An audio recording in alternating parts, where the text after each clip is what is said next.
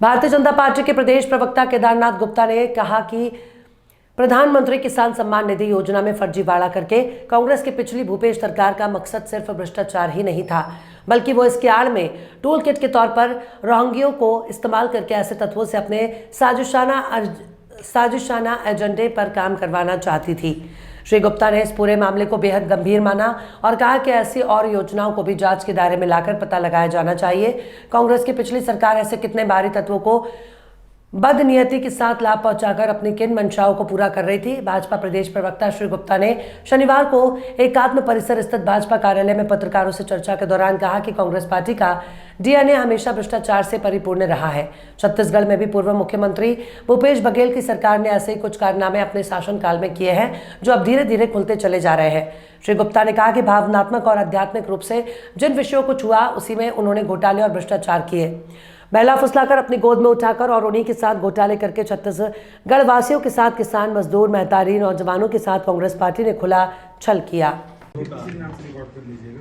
विजय भारती तरफ से बहुत बहुत स्वागत, अभिनंदन है। आज भारतीय जनता पार्टी के हमारे वरिष्ठ प्रवक्ता सम्मानीय श्री केदारनाथ गुप्ता जी एक बहुत महत्वपूर्ण विषय पर आपके समक्ष चर्चा के लिए उपस्थित हुए हैं।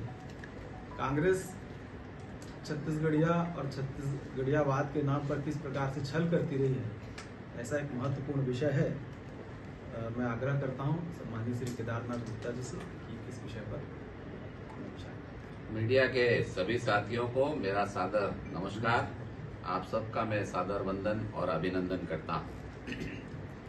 कांग्रेस पार्टी का डीएनए हमेशा घोटाले और भ्रष्टाचार से परिपूर्ण रहा है और छत्तीसगढ़ में भी पूर्व मुख्यमंत्री माननीय भूपेश बघेल जी की सरकार ने ऐसे ही कुछ कारनामे अपनी सरकार में किए, जो अब धीरे धीरे खुलते चले जा रहे हैं।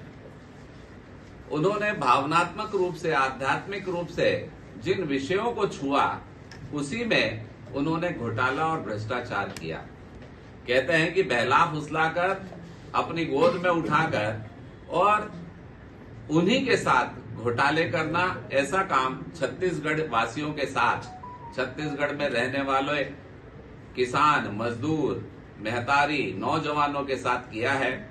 हम सबको पता है कि बेमेतरा जिले के बार गांव में किसान सम्मान निधि में 1456 पात्र रजिस्टर्ड किए गए थे।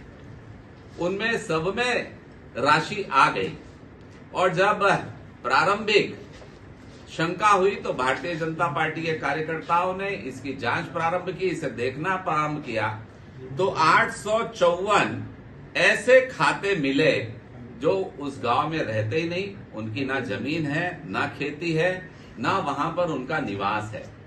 ये 854 खातों का केवाईसी का रजिस्ट्रेशन कांग्रेस की सरकार में माननीय भूपेश बघेल के शासन में हुआ और ये 854 अपात्र खाते ऐसे हैं जो ज्यादातर पश्चिम बंगाल के हैं। सबसे बड़ा प्रश्न यह आता है, क्या छत्तीसगढ़ियावाद की बात करने वाली, छत्तीसगढ़ी महतारी की मूर्ति लगाकर उसे पूजने का ढोंग करने वाली कांग्रेस सरकार छत्तीसगढ़ के किसानों के साथ, छत्तीसगढ़ के किसान मजदूरों के हिस्से में जो पैसा आने वाला है, क्या उसके साथ इतना बड़ा षड्यंत्र कर रही है?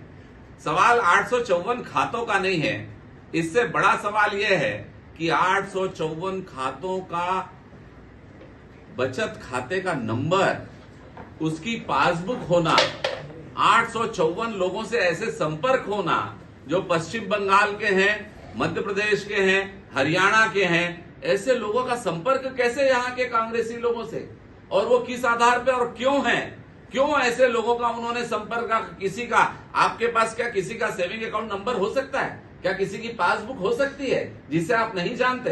तो ऐसे लोगों के साथ इन्होंने लिंक क्यों रखा है? क्या ऐसे लोग यहाँ पर आके कोई आपराधिक कृत्य करके वापस भाग नहीं सकते? ऐसे लोगों को यहाँ क्यों बुलाया जाता है? आखिर उसका सत्यापन करने के लिए कभी ना कभी तो यहाँ आए होंगे, और आए होंगे तो इन्होंने किसने बुलाया? किसका नेटवर्क ऐसा है जो छत्तीसगढ़ की फिजा को खराब करने वाला है? मैं सीधे पूछना चाहता हूं माननीय भूपेश बघेल जी से कि आपने ऐसी और कौन कौन सी योजनाएं अंदर खाने में जिसका लाभ आपने रोहिंग्याओं को दिया है? आपने प्रदेश के बाहर के लोगों को ऐसी कितनी योजनाओं का लाभ दिया और किस लिए दिया है? ये आपके लिए क्या काम करते थे? क्या ये दहशतगर्दी पैदा करते थे?